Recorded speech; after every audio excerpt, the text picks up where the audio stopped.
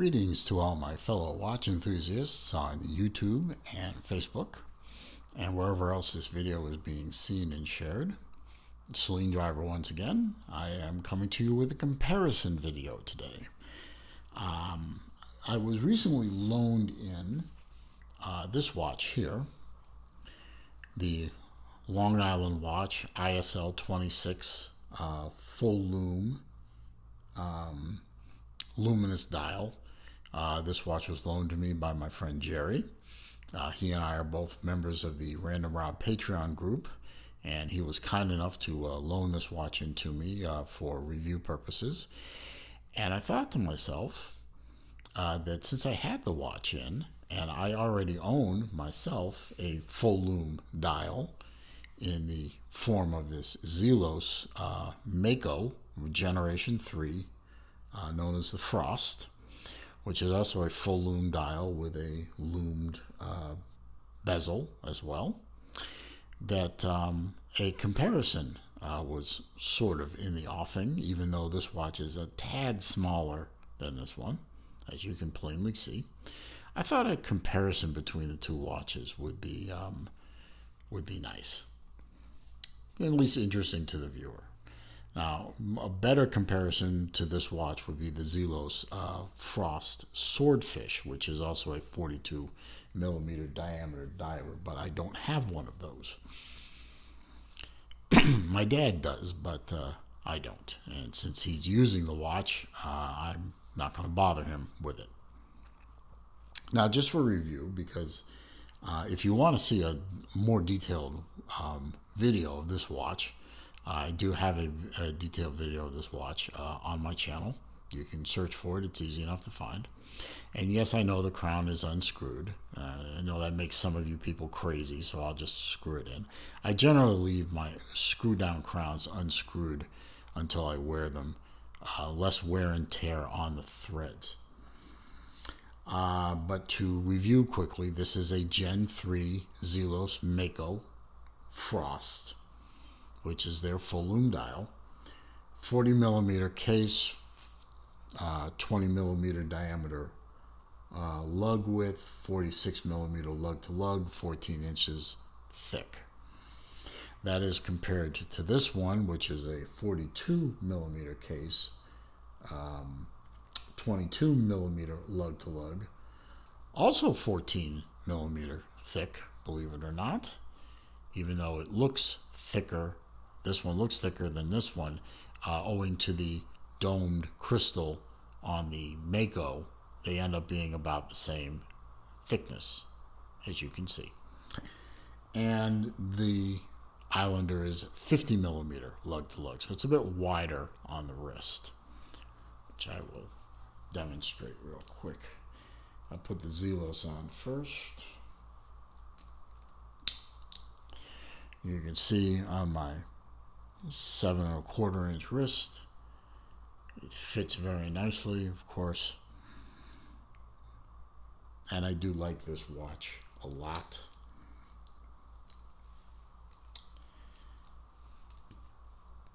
The Islander, put that on real quick. You can see it's a bit bigger, a little bit more broad across the wrist, owing to the fact that it's about 4 millimeters wider in the lug to lug, or tip to tip, if you will. So it does appear to be a bit bigger of a watch.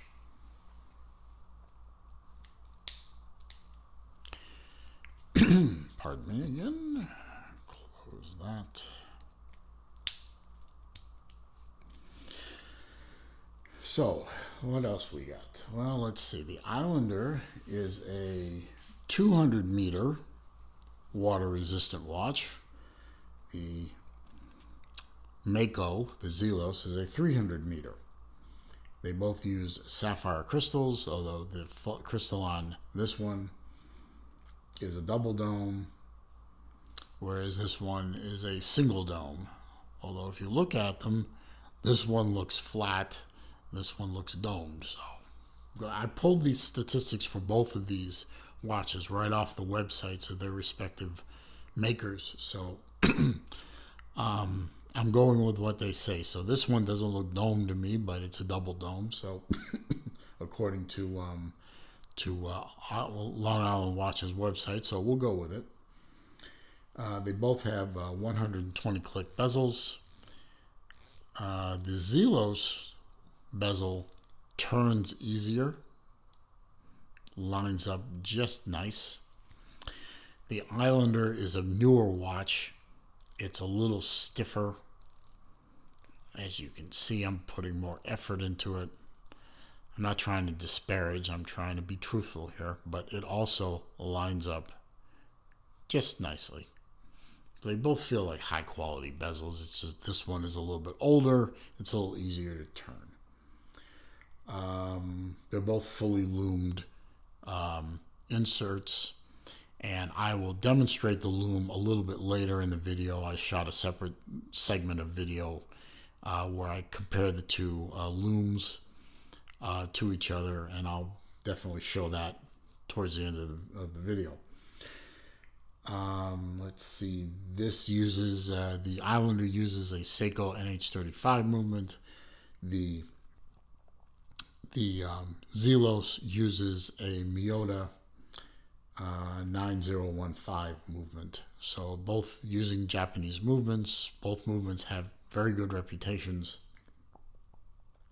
So don't see any future problems there. And both are 316L stainless steel watches. The engraving on the back on the Mako is a bit more detailed, a lot more detailed actually.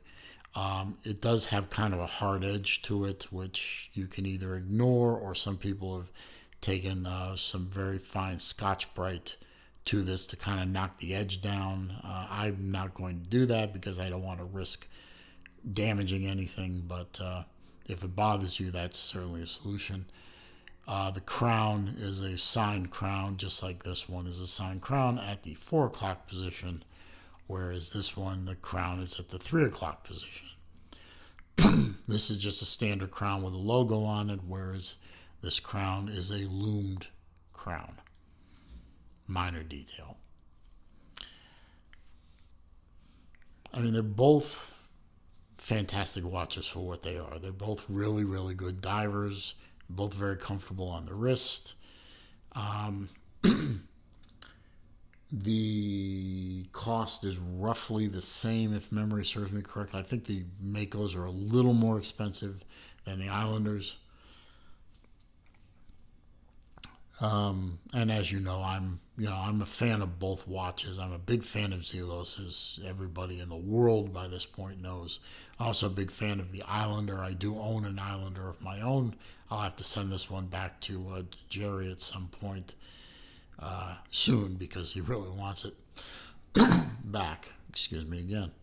The one thing I like, and this is a minor detail for me, but for anybody, but for me it does help with the watches. I love that the Mako has a little splash of color on the face in the form of that light blue there, the light blue script, and the matching blue on the second hand.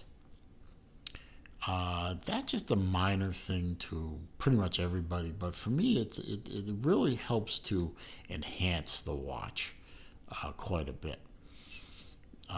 There is a date window at the 6 o'clock on the Mako. Of course, on the Islander, you get a day and date at the 3 o'clock. Might be advantage Islander on the complication front there, because you get a little more information out of the Islander. Also, the hands are obviously bigger on the Islander than they are on the Mako. That's personal preference. That doesn't matter to me one way or the other. To me, they're both very readable watches. I think maybe a little more readable on the Islander, but ever so slightly. Case designs are very similar in a way. I mean, obviously the case design on the Islander is much thicker, but the case design itself is very similar. and the bracelets are both very comfortable. Um, a little easier to work on. Having done the adjustment on both of them, the adjustment taking links in and out on the Islander was a little bit easier than on the Mako. The Mako, however, does give you 4 micro adjustment points versus only 3 on the Islander. So that's advantage Mako as far as I'm concerned. I mean, more adjustability is always better than less, in my opinion. They both use double lock, push buttons, fold over clasps. You have to engage both push buttons in order for the clasps to unlock. And they look somewhat similar.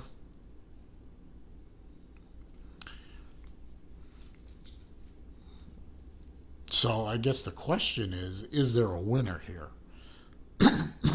Well, I don't know.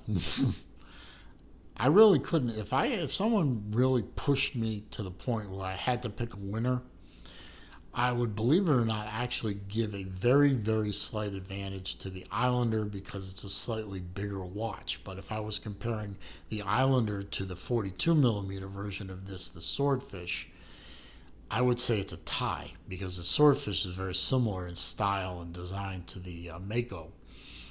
The only thing that lets it down for the Mako in my mind is the fact that it's a 40 millimeter versus 42, and I always do prefer a 42 millimeter watch to a 40. Now, do I wear my Mako? Oh yeah, I wear it quite often, and I love it, and I think it's a winning design and a winning watch. But if somebody held threatened my life and said, you got to pick a winner, I'm going to give maybe a half a point to a point edge to the Islander, just only on size, nothing else. So that's going to be my comparison between 2 fully loomed watches that I have great familiarity with. The Islander from Long Island Watch, the Mako Generation 3 from Zelos. So, hope you enjoyed the video. I enjoyed making it. I hope you will give me a thumbs up for the video. I'll always encourage that because it does help with the searchability of the channel. It makes the channel more visible to the algorithms that YouTube uses. Questions, comments, suggestions down below. I read them all. I respond to them all. If you have other comparisons that you'd like me to try and set up, I'll do my best to do it. I read them all, respond to them all, as I said. If you're going to troll me or you're going to be an idiot about it, I will just delete the comment and I will block you. If you're new to the channel, welcome, of course. Welcome, welcome. And please click the subscribe button at the bottom right of the video and click the bell icon so that when I upload new content, you are alerted to that. The channel's growing, and I hope you will help me grow the channel. I thank you for stopping by. I hope you enjoyed yourself today. Look forward to seeing you in my next video. Okay, here is the side-by-side lume comparison that I mentioned earlier. On the left is my Zelos Mako version 3 Frost full lume dial. On the right is the Islander with the full lume dial. Now, I've used my handy-dandy ultraviolet flashlight here to give them a charge. I'm sitting here in my darkest room in the house, and I've given them a good hit, several hits actually. And as you can see, they're both pretty bright, full lume watches. I mean, side-by-side comparison, they both really look great in the dark with a good charge on them. The Zelos on the left there, a little bit more bluish, I guess you could say. and admittedly not quite as bright as the Islander on the right. This one here, and definitely the bezel insert on the Islander is brighter. I'll hit him again real quick, just to give him a really good zap. And you can see, definitely overall, the Islander is brighter. Both are extremely legible. Both have non-loomed hands. And you can even see the second hands against the full loom dial. So you really don't need loom on the hands or the indices because they're blacked out. And they both show up really well on the